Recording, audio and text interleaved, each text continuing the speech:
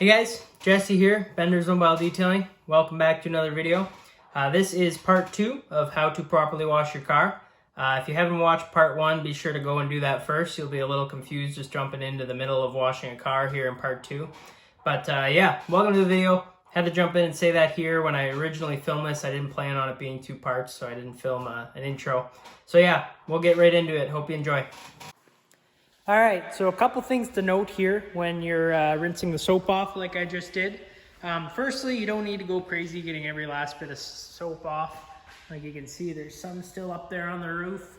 And I don't know, there's probably some, yeah, there's still some in there and whatever. Don't go crazy. Like I said, we're about to actually do our foam wash mitt with a 2-bucket method wash. So you're about to get soap all over the vehicle anyways. Don't go crazy about getting every last bit of soap off. As you can kind of see in that time lapse there.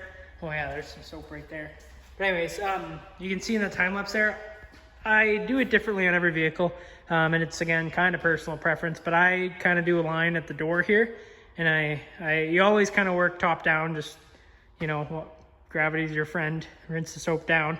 So I do a line at the door here, do the mirror and do the door line and do the roof line. And then from there, I push all the soap forward and backward. And then I go around, so forward, backward, and then I go around to the other side at the door line.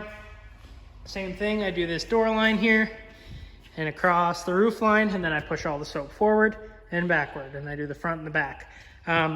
Different with every vehicle. Some of them, like some of the smaller cars that, I mean, I'm a shorter guy, maybe if you're taller, but especially some of the smaller cars, you can actually start at the front and just push everything back, and as soon as you get off over the top of the windshield, it all goes down. And whatever, it's personal preference, whatever you like to do, whatever you find easiest or works the best. It changes for me on every car. So yeah, so, and again, this is not a wash. Like, there's definitely dirt down here. Wow, hear my knees crack? Wow, I'm not that old. But yeah, so it's definitely not perfectly clean by any means, but we've got as much dirt as we can off without touching the vehicle, which is important, apart from the wheels, obviously. The wheels are always dirty, so dirty with brake dust and whatever that you have to touch them. Also, the wheels are harder to scratch than a clear coat on your paint would be. So now that we've done that, we can start to do the wash mitt.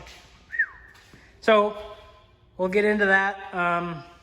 I will do a time lapse. I'll do a tutorial on one panel. I like to do this stuff one panel at a time. Just that way you're not worried about soap drying or anything, especially if you're outside. And even actually, that's a good point. If you're doing this outside in the sun, it used to be where you can't wash vehicles in the sun at all, just with the heat and the chemicals and the products that you're using. If they dry on the paint, they could be damaged or hard to get off, whatever. That's totally changed. It's still not ideal to wash vehicles in the sun, but with the advances in some of the technology and the chemicals and whatever that they use in these cleaning products today, you can easily wash vehicles in the sun. It's definitely still ideal to do it in the shade, indoors, in a controlled temperature kind of a thing, but you can do it in the sun, in which case you just have to move a little quicker so that stuff doesn't dry. For instance, even with that foam cannon, if I was outside on a hot day, I'd probably foam cannon half of it and then rinse it and then the other half, just so that way if I'm, rather than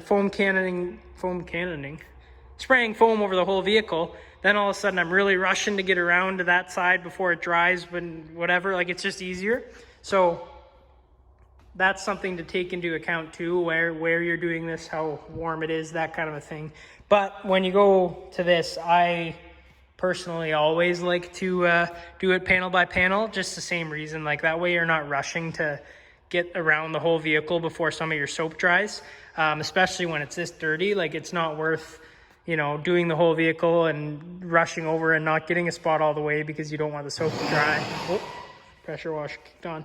But yeah, so we'll get into a tutorial of this, and then I'll time lapse myself doing that as well. Here we go. Okay, so first I want to talk about different foam mitts or wash mitts you can use. So I got 2 different kinds here. This one is just a wash mitt, nothing special, no hole to put your hand in or anything. And this one is wash mitt on one side, and on the other side it's, I don't even know what to call this, just a mesh kind of surface with some holes in it. Hopefully you can see that clear. I like this one because it's got a big sleeve that you can put your hand in, your hand stays dry. However, on dirtier vehicles, I'm not going to use this one, and the reason for that is you have less actual wash mitt to use. So a lot of guys will stress over what part of the vehicle to wash first. You'll want to start at the top and work your way down, and some guys will even wash the whole vehicle from about here up and then go and wash from there down, because there is dirtier than there, and so you don't want to wipe your foam mitt on it and then wipe up here and maybe pick up dirt down there and scratch up here or whatever. There's definitely merit to that. I don't go that crazy as to wash the whole vehicle from here up and then from there down. I think that's a little extreme. I think we use a lot of, take a lot of precautions with our grit guards, with our 2 buckets, with using the right foam mitts, all that stuff, that I think you can get away with going full panel by full panel, and it's easier to make sure you don't miss spots. But the reason I don't use this one is because with this one, I can start at the top of the panel and work my way down, and then maybe I get to the part where it gets dirtier and I flip it over and I use a different side of the mitt for the dirtier areas, so that way when I come back up on, I rinse and come back up onto this panel or this door. Obviously I'm going to rinse in both buckets to get as much stuff out of here as possible, but just in case I'll use the other side just to make sure I'm not tracking extra dirty onto not as dirty surfaces. But yeah, so again, some people will tell you differently. It's everybody's got an opinion, and it's ultimately personal preference. But yeah, what I like to do is do a panel by panel, start at the top, work your way down, and rinse often. Sometimes if they're really dirty, if there's chunks of mud, I'll actually rinse more than once in a panel, but usually you can get away with doing a full panel before you rinse. So we'll yeah, get right into that. Not much to it. I'll start by rinsing out any dirt that might be in here, my rinse bucket, and then dip it in the soap, get it nice and soapy, and then you just start at the top, work your way down, just everything. The soap's good on everything, the mirrors, the glass, plastic trim, whatever, it's good on everything. And we're gonna get, like, I'd call it, I don't know, 90% of all the dirt and stuff. Like, we're gonna get pretty much everything on most of the vehicle. Some of the really dirty areas, like the bottom here, or the, I am gonna actually do a rinse mid here. Like the back of the mirror, the bottom of the door, some of those real dirty areas, you might miss a little bit. And that's okay, you come back and touch that up at the end. Because you don't want to waste so much time trying to get everything when it's hard to see if you've got everything when there's soap and dirty water and stuff all over it. So you kind of give it a good wash. I'll even do the rocker panel where I can, there we go. Okay, and I'll give it a good rinse again. Put in the soap, and now we can rinse that door off.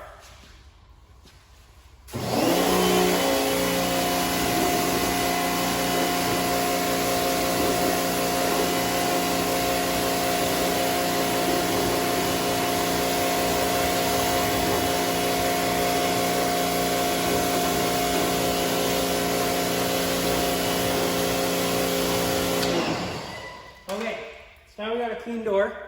I'll pick you up and show you here. So we got a clean door, and like I said, 90%. So not much. It's again hard to tell because it's wet, but you got all the soap off, whatever. It's pretty freaking clean, pretty much everywhere. There are a few spots though, like there's one, and there's some there. And especially when we get down onto the rocker, there's quite a few. And then probably the back of the mirror. Actually, the back of the mirror came out pretty good. There's often a lot of bug splatter and stuff on the back of the mirror, but this one's pretty good. So I'm happy with that. Like I said, 90%. Pretty much rule of thumb, I guess. Like this one was pretty bad and white vehicles show everything. But rule of thumb, you should get most everything from that lineup. There might be a few spots like we have. But yeah, we'll do the full vehicle like that, come back through and do any touch-up spots we missed, and then your final rinse and dry and you're done. So we're getting there, guys. It's coming along. Here we go.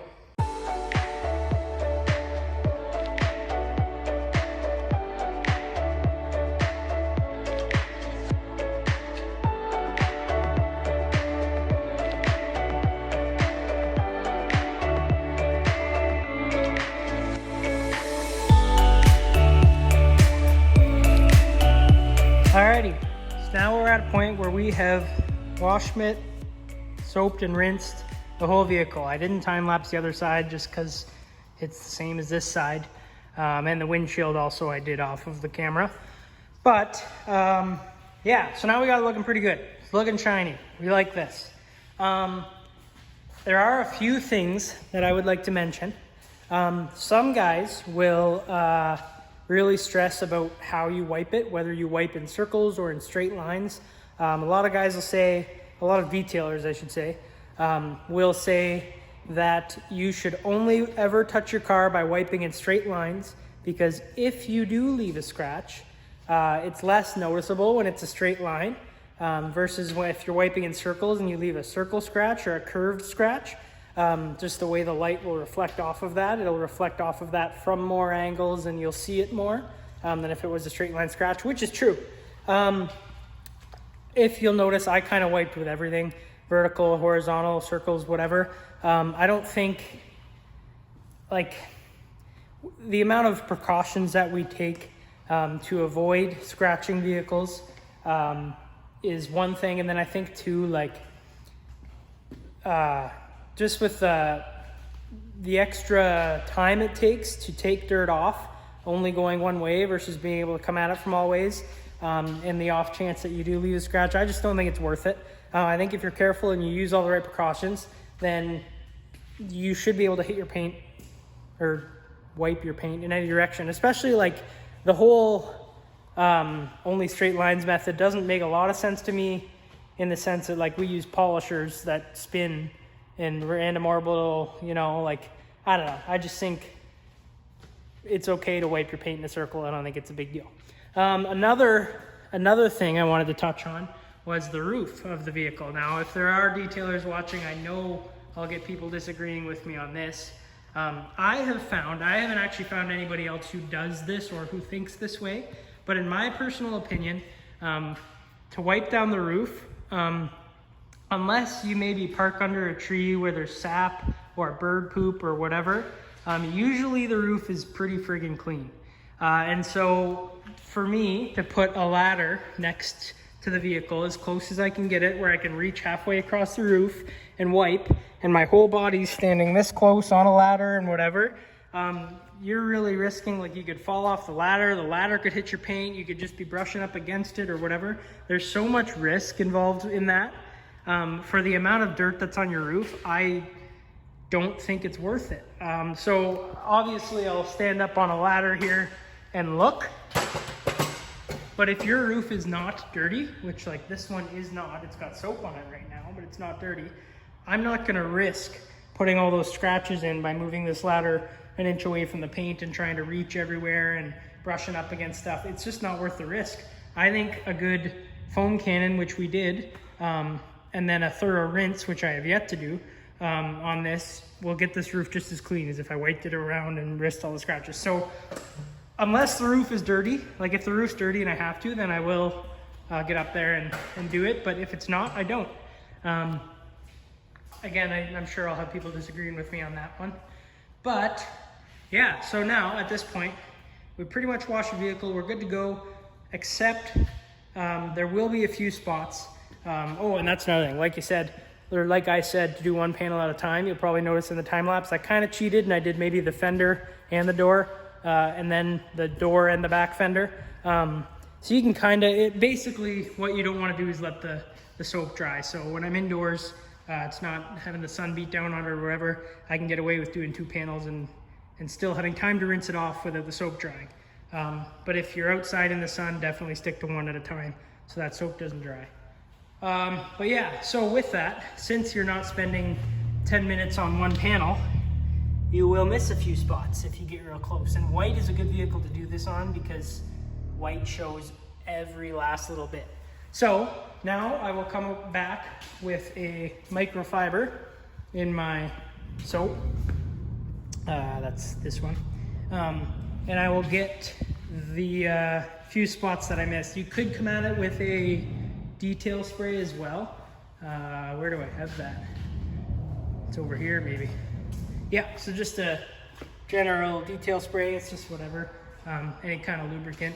I like to just come back through and get all those spots. That's one thing with the massive wash mitt like that. It's so heavy, it's hard to really hold and wipe across the paint and focus on little spots of debris, like some of this stuff. I'll come through, get a nice wet microfiber, and just get all these last things. And then we'll do a final rinse. We'll get up on a ladder nice and far away from the vehicle, and we will rinse the whole roof, rinse everything down.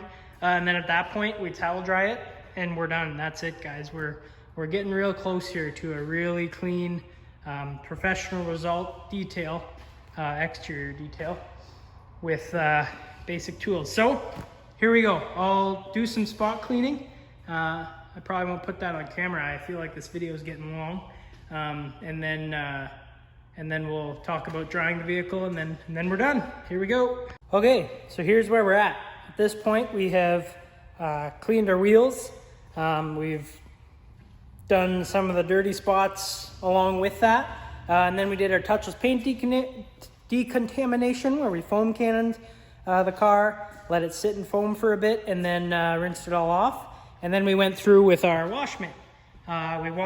We hand washed the whole car using a 2-bucket method, grit guards in both. Did a real good job of getting everything off. There's a few real bad spots that we came back through with a microfiber towel and some soap. We took care of those and then rinsed that off. And so now we're at the point where there's a little bit of soap left on the roof and maybe a few spots where I didn't rinse quite good enough. Obviously the car's still very wet. Now we're at a point where we're just gonna do one final rinse, make sure everything, all the soap and everything is off of it, and then towel dry it. So, like I said at the beginning of this video, you're gonna want drying towel. These are just extra plush microfiber towels. Again, you want the deeper stuff so that if you do pick up dirt, although we have cleaned the car pretty good, there shouldn't be much dirt. If you do pick up dirt, it'll kind of bury itself deep down in the fibers, and then you won't drag it across the paint and scratch it. There are other methods of drying, like a camoise towel. I think I'm saying that right. This here, it's like a leathery, and it's really good at absorbing water. This is maybe a bit more of a high-end tool, I would say. You just kind of got to know what you're doing, because you could scratch a vehicle with that. You can look into those a little more if you'd want, but any drying towel, microfiber drying towel, will do a good job. So I'm going to climb up here on the ladder at a safe distance away from the vehicle. Give this thing a good rinse from the top down, and then we'll get to drying. So yeah, again, when you're drying, there's not a lot to it. Start top down, I would say. I like to do the glass first, just while your towel's still dry, because the more wet your towel gets, the more chance it is that it might leave streaks. And when a customer, like when they're in the vehicle, they're literally staring at the glass the entire time they're in it. So I like to walk around and do the glass first while my towel's still nice and dry.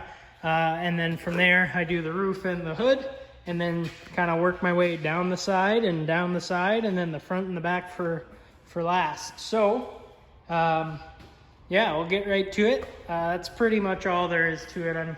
I'll put you guys on a time lapse for this. Maybe I'll voice over some stuff if I feel like I need to add anything. And then we'll do a final walk around when we're done. Here we go.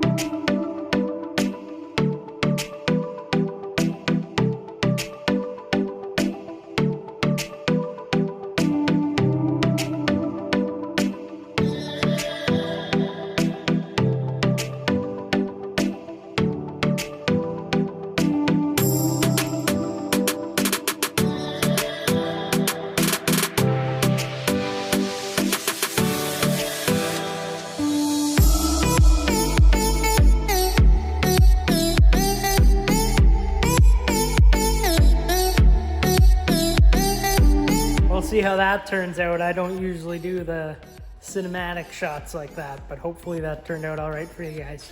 But yeah, so we've done our detail. That is a 100% proper wash to get professional results using just your basic, only what you need kind of equipment and tools and whatnot. Now I will say it is not 100% perfect. Now white is going to show this more than anything else. If this vehicle was black, you wouldn't even see this. But some of these little, like you see one there's a little spot. And mind you, I'm way zoomed in here just for reference. Like I get way in that close to see. Here, this will give you a good, so you see those little yellow spots? So those are embedded particles within the paint. They're like deep in there, and you're not gonna get those out by scrubbing at them. And it's not a good idea to scrub and push real hard because you might scratch. There's a couple of them down there too. What you might need to do for those is an iron remover. Might get that, or even a clay bar. See, there's one up here. Let's see if I can find it on the camera. Yeah, there's one. But we're being real picky at that point. Like again, if this car wasn't white, you wouldn't be able to tell. One real bad one here in the corner of the bumper, you can see it pretty good. But yeah, so you could, if you want to get a little more in depth, go an iron remover on that, or even clay barring the vehicle, which if you don't know how to do that, I will have videos on that. I'm actually going to be putting a 1-year ceramic coating on this vehicle, and I'll be doing a how-to on that, which includes iron remover and clay bar of the paint before like prepping the paint for the coating. But yeah, at that point you're looking at buying more tools and more products, and if you're not doing this all the time, it might not be worth it. It might be better to just go to a professional for some of that stuff. But regardless, this vehicle turned out awesome. There's still a few wet spots on this side. I don't know if you noticed that, but once those dry, you won't even see them. But yeah, this thing turned out awesome. Very happy with the results. So there you have it, guys. Hopefully you enjoyed the video. Hopefully you learned about how to properly wash your vehicle, minimizing your chances of scratching it, but getting that perfect finish, getting that vehicle as clean as it can possibly get. Hopefully you learned something. Hopefully you enjoyed it. If you want to see more of this stuff, let me know in the comments below. If you got any ideas or things you want to learn specifically that I might be able to make how-to videos on, be sure to drop that in the comment section below. Like the video, please subscribe, and we'll see you in the next one. Take care.